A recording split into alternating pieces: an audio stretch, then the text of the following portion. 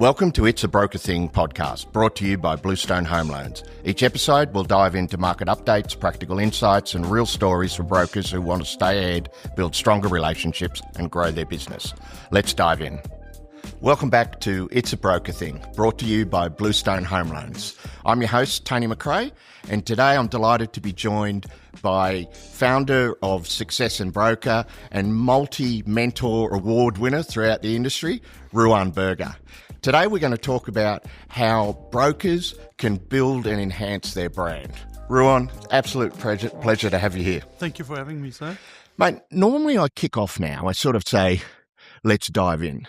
Before we dive in, I wouldn't mind teeing off on a couple of things that is happening in the marketplace at the moment. And in fact, it really having an impact in our space. The first one is I'd love your opinion on this first home buyer scheme that the government's put in. And let me give you the perspective.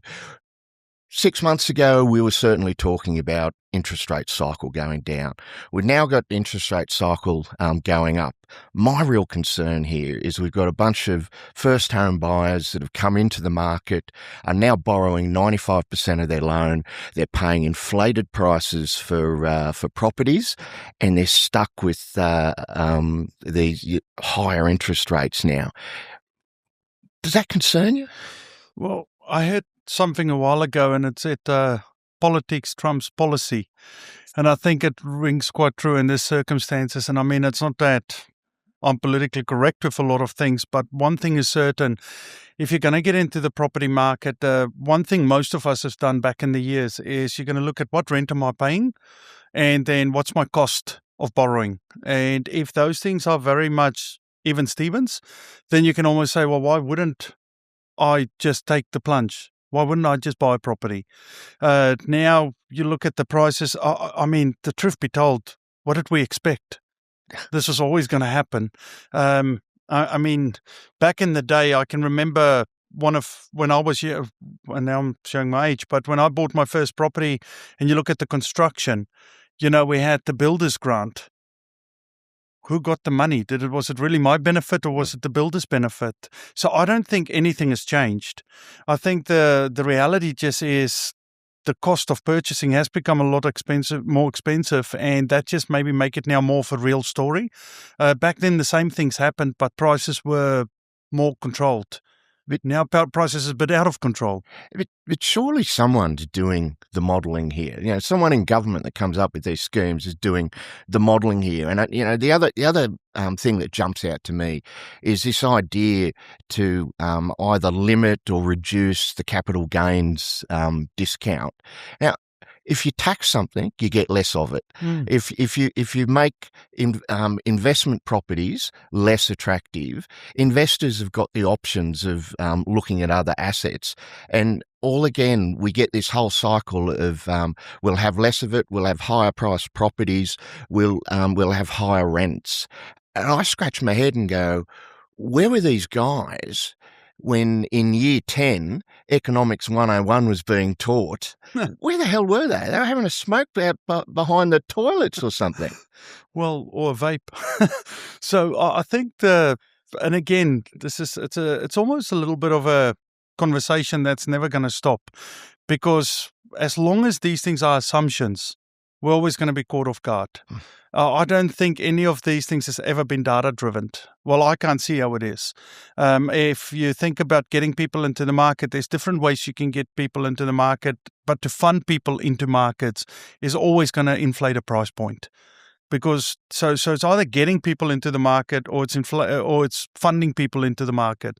And they've always funded us into the market. The only thing maybe in the benefit for the government, for me personally looking, and by the way, speaking as a South African, we've never had these benefits, is that property is very well regarded in Australia. Property is a currency in many ways. Owning a property.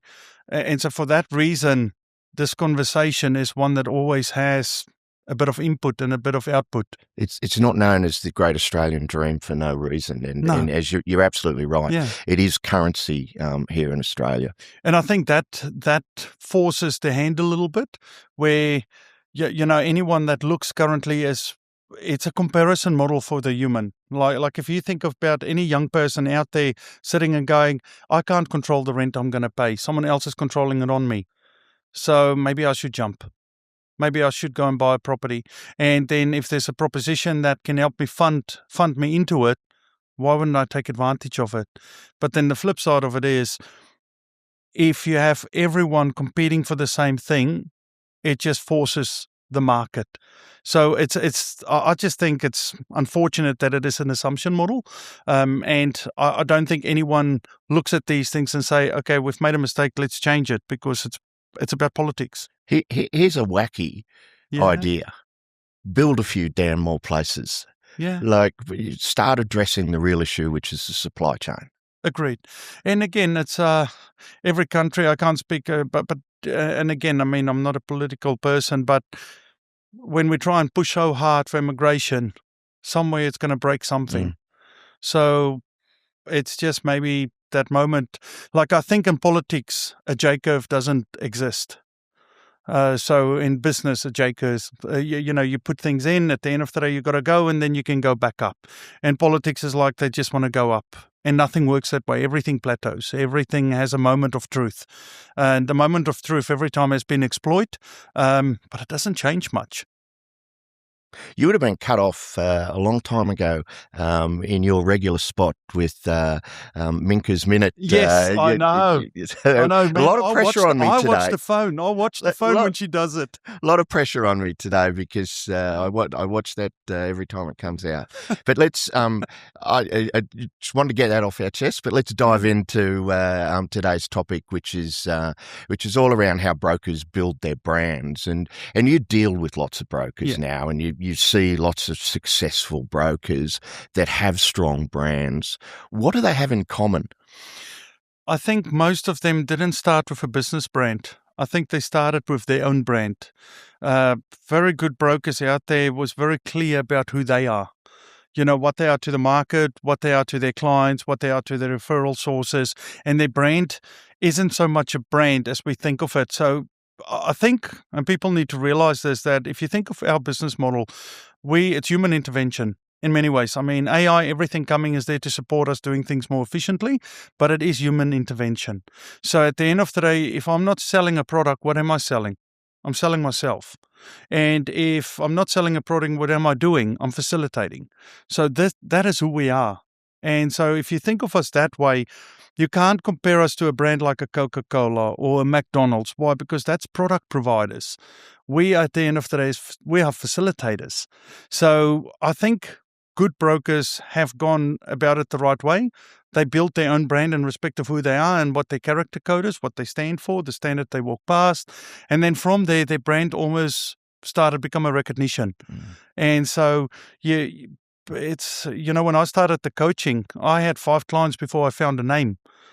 Because again, it was about what I'm going to do for you, how I'm going to do it for you, and how I'm going to support you, grow with you, etc. And the next moment I needed to find a name. So it's almost like for them, finding the right name isn't it. Finding the right reason is it. Yeah, we were chatting earlier about where the growth is coming at the moment, and comparing it to all the talk seems to be about AI. Yeah. But where the big growth seems to be coming is in those the businesses that really do have that human intervention as well, and strong brands. And it comes back to convenience. I've always said there's 2 things clients is going to want from you. They want convenience, and then supported by speed.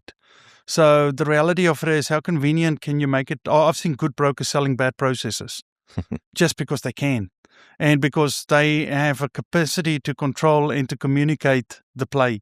The client at the end of the day buys into it. That for me, again, is a brand. It's almost like saying, if you were to start today, don't worry so much about having the perfect process, worry about having the perfect pitch. So it's just horse, cart, horse, and good brokers understand the difference. And is that more than it's about the why or the reason, as opposed to I've got all the other things in the back office lined up. And I think one thing we ask clients a lot of times, what do you want? I mean, truth be told, don't we know what they want? They come to us because they want finance. So we can ask these questions, but we've got to understand why we ask them. So for me, at the end of the day, I know already what you want. Isn't it worth me telling you how I can support you? And then if you like the way I'm going to support you, you can make an informed choice whether you want to use my services or not. And so it's almost like it's not the why for me on what we do is, and it could be the same for everyone, but it's again not what it does for them, it's what it does for me. I think sometimes we've got to be a little bit selfish and understand what is this journey going to mean to me? How many lives can I support, not change, but support? And if I understand that thing, then it's a case of how am I going to do it? What am I going to do it? And then when do I start? It's funny because if you look at the home purchasing cycle, realistically, there's two high points. Yeah. There's find the place and get the keys. And as a broker, you may get involved a little bit before find the place, but you actually have got the really difficult bit in between find the place and get the keys to manage for the customer. Agreed. And the reality of it is it's easy to sign somewhere. That doesn't mean it's all going to happen. And that's where the broker has played a crucial part for anyone client for that matter. But again, if clients don't sell your name per se, whatever brand you have, the clients won't go and say, you have to use this business. They go, you have to use this person. So who is really the brand? And I think big brokerages have learned that a long time ago, that at the end of the brand is there to support it, the character is there to showcase. Yeah. So it's just how we've built the businesses, and I love when I see those businesses stand for that. So that's quite precious. It's quite personal. Excellent.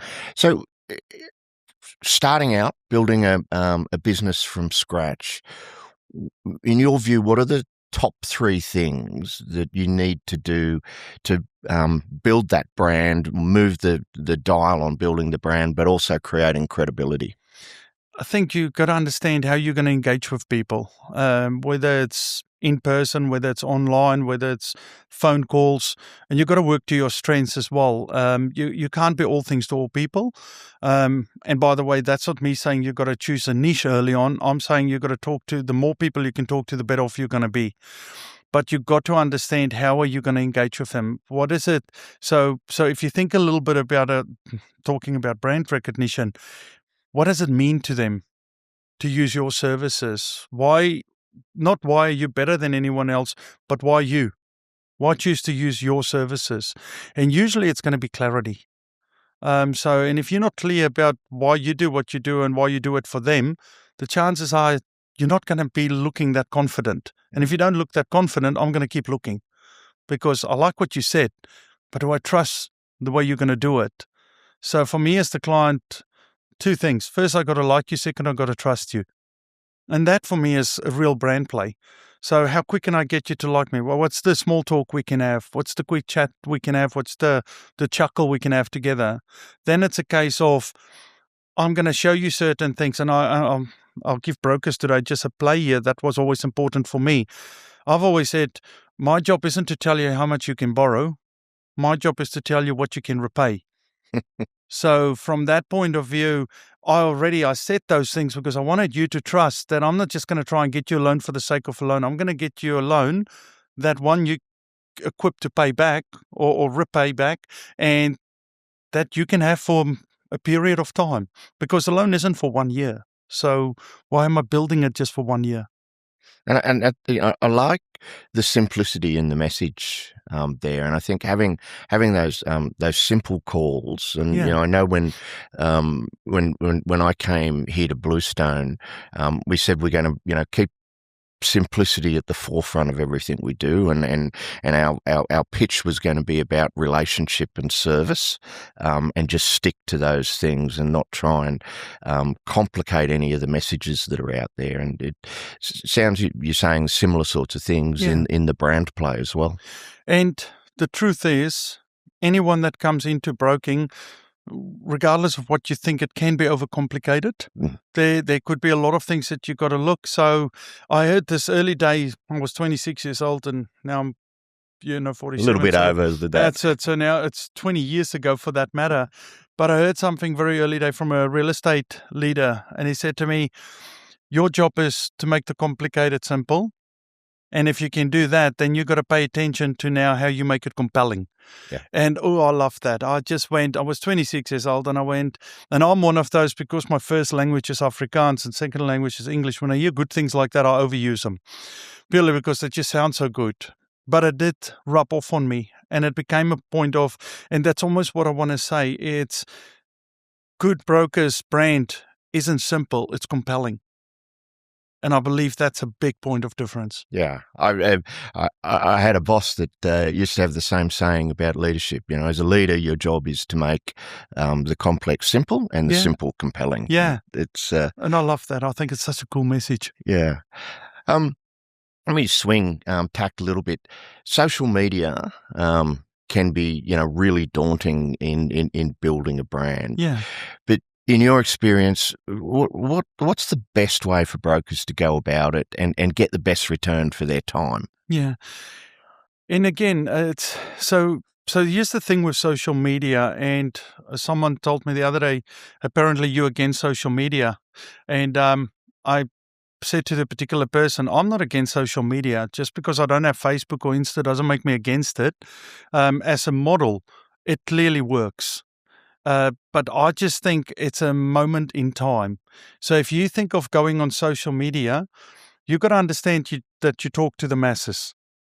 What is it that you are saying that's quite compelling? What is it that's going to make me, when I scroll, stop there and read it? And if you think about it a bit more, it was always the same with websites. When in the early days when we built our websites and social media wasn't the port of call, the first thing was, how do you keep someone on that website? How do you make sure they don't stay for 3 seconds, but they stay for 3 minutes? Mm. So what is it that you have there that someone looks at and go, that's interesting. And so if you're going to do anything social media, you got to either be a really good storyteller, or you got to have a really good message. And so if your message isn't that good, and the second thing is you got to be able to sift through it very, very quickly, because it's the call to action on social media, as far as I'm concerned, is very quick.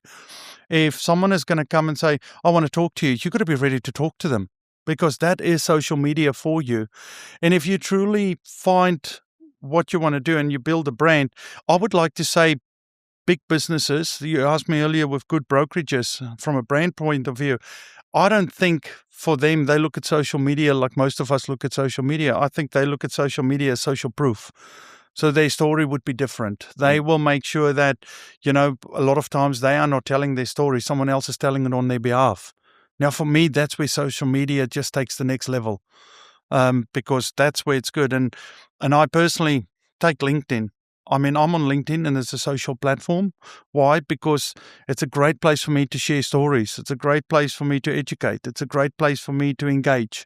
So you got to find that medium that supports the story you're telling, but also supports what you want from that story. And having impact is so important, because the attention span of the audience on social media is people are just constantly scrolling, and having an immediate impact to get them to move from 3 seconds to 3 minutes is critical. And you're casting a net for all intents and purposes. You're throwing it out there and say who bites. And so then just because they bite doesn't mean they're going to stay on the hook. So now the next step is you got to have something where at least whatever information you get from them is enough information, again, to entice that conversation, and let alone that appointment. Otherwise, you can have a lot of conversations, but if you don't physically can drive them to a point where you and I can see each other, then how hard is it to build that connection? So social media is merely, it's a vast ocean. So you almost have to start understanding, either you get really, really good at, and I'm not a fisherman for any intents and purposes, but you got to get very, very good at knowing what is down there and what you're fishing for. And then it's a case of bait. It's making sure you put the right things on so that what do you want to attract? I saw something the other day and I thought it was really, really good. It was someone that was in the trade and then have become a broker, and it talked about when they were in the trade. This is what always frustrated them, and this is now as a broker what they do. And I thought that's a really good relate and resonate.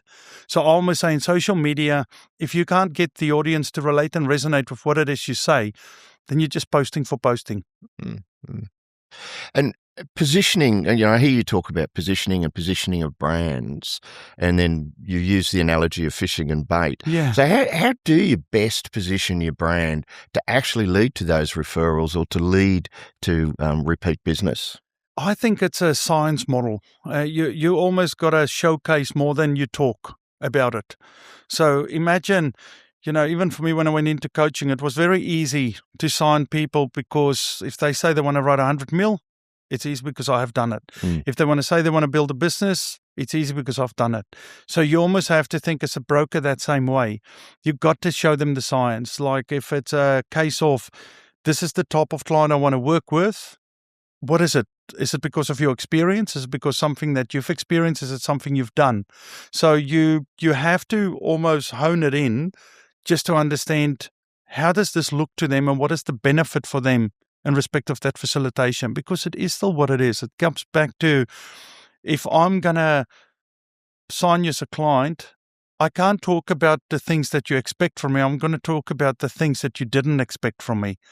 Like if every broker's out there and say, I'm going to do this for you and I'm going to do that for you, do you know how many times clients must hear that? But what if I was to say to you, every broker does these things for you. It's these two things that's very important that you really need to make sure someone does for you. And we do them well. Now that's a whole different conversation now. You spoke earlier about storytelling and using real, humans and stories. How do brokers incorporate that into humanizing or building the emotional connection with their brand? It's a behavior. They have to be able to identify behaviors. I mean, just think about in our industry. I mean, you talk about different roles. You talk about the engineer versus the teacher versus the tradie. They think very different about how this experience, how they're going to go through these. So you need to be able to influence behaviors. We're in a business, and that's what I was saying earlier, we're in a business model where we can sell ourselves. And that's quite cool. If you really understand what you're about, that's where it really becomes personal, because I'm comfortable to sell myself. I'm comfortable to let you know what it is that you can expect of me. But I'm also comfortable to have the conversation that if I meet all those expectations, are you going to be okay if I expect these two things of you? And so what I'm saying is we have built a model on judge and juror. You can't sit there and assume anyone is going to do anything. You've got to sit there and ask the right questions to understand what they're willing to do and what they're not willing to do. And from there, you've got to choose your clientele. And it's choice over choices. So early days, you just got to talk to more people. I spoke to a group the other day and I said to they two new brokers in the group. And the two new brokers was the two to ask me, what do we do when it's going to be a lot tougher for us to get in now with everyone has a real estate agent, they have a planner. I said, how many people is on your phone? I said, about 500. I said, start talking. Get on a system like Click SMS or My SMS, Touch SMS. Get on that system, get all their names in there. And if you had a win, share the win with them and let them know if there's anyone else you know that falls in this category, please send them on to me. So we sometimes, again, that's what I'm talking about, that overcomplication. We sometimes go too far when the reality is we shouldn't. We should look at what's in front of us. And I love, I remember this from when you and I travelled Australia last year on the road shows together. But I love how, you're not afraid, and you weren't afraid as a broker, and you're not afraid with your coaching to ensure that as a broker, you set really clear expectations on the customer. It's not just you doing service. Hey, you've got a role to play, and you've got to pull your weight here. And the only reason you have to do that is because half the times we're not very good at articulating all the work we are doing. So if you build an expectation model, you are going to talk about what you do and why you do it. which means now they're going to, for the first time, understand all the work that goes into this. And if they understand and they appreciate, they will be willing. So when we think about broker brands and building them, what are the couple of great things that brokers are doing in today's marketplace, and what are the things that you see that you could just stop doing that? That's not adding any value. I think I'll tell you what's good, because I don't think anyone has to stop things, because sometimes we got to go through the notion so we can appreciate it, respect it, and be courteous towards it. But I think as far as good things that I see brokers do out there to almost redefine their brand, is they're very clear about the type of clients. They were very good at doing the chores, and they now really have the choice to choose. So I think any good brand, they weren't scared to do the chores. They weren't scared to put in the hard yards. They weren't scared to have the conversations. They just weren't scared. And now they have choices. And those choices redefine their businesses, because it becomes an attraction model now, not just by clients, but also by the industry. Other people looking say, I want to work for your company. Mm. I mean, that's just a win, eh? Oh, it's self-fulfilling, and Voila. it builds on itself when you get that. And if you've got, customers going, hey, I want to come to your brand and your business, that's got to be one of the ultimate models. I agree. And I'll say this. People need to understand that every bit of communication you have is, at the end of the day, telling a story. Whether it's the voicemail you have, whether it's your email signature you have, everything is telling a story. You don't know who's passing on that email to who else. So what does it look like? Is that a photo where you present well? Is everything looking at it quite schmick? If it isn't, pay the $200. Let someone make it schmick. And is there anything you're seeing today that you cringe at in the brand space and go, just stop doing that? Well, and I don't want to upset anyone, but I just sometimes don't understand if someone with communication out to the world out there, I've never understand why someone has to talk in a manner that I just wonder if you really talk that way. Mm. The word choices that you use, whether, saying a swear word for argument's sake to the wider market when we want to be seen as a profession. I just don't understand that part. But again, if that is the market that appeals to you, then by all means, I just personally think we need to be a profession. And as a profession, we need to act and showcase professionalism every time we interact and every time we engage with people. And we are on show, and it's important to recognise that, but it's also important to turn up authentic and as you say, be who you are. Don't put on something. But again, it's for the same token. I mean, if you got to be who you are, but if I was to ask, and I mean, when I grew up in school, we had to speak English, and it was tough for me because it was my first language. But when I got into the English classroom, there was an expectation of me to speak English, even though Afrikaans is my mother language. I respected that. So therefore, I spoke English. If I walk out of there, I was so happy to speak Afrikaans. But the point I'm just making is that's what we got to understand. Just because you have to do certain things to respectfully showcase a certain way, that doesn't make it bad. That's just courtesy.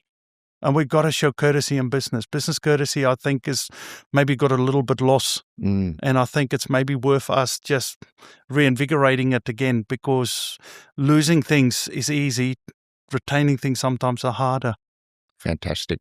I think that's a really great message to wrap up today's episode on.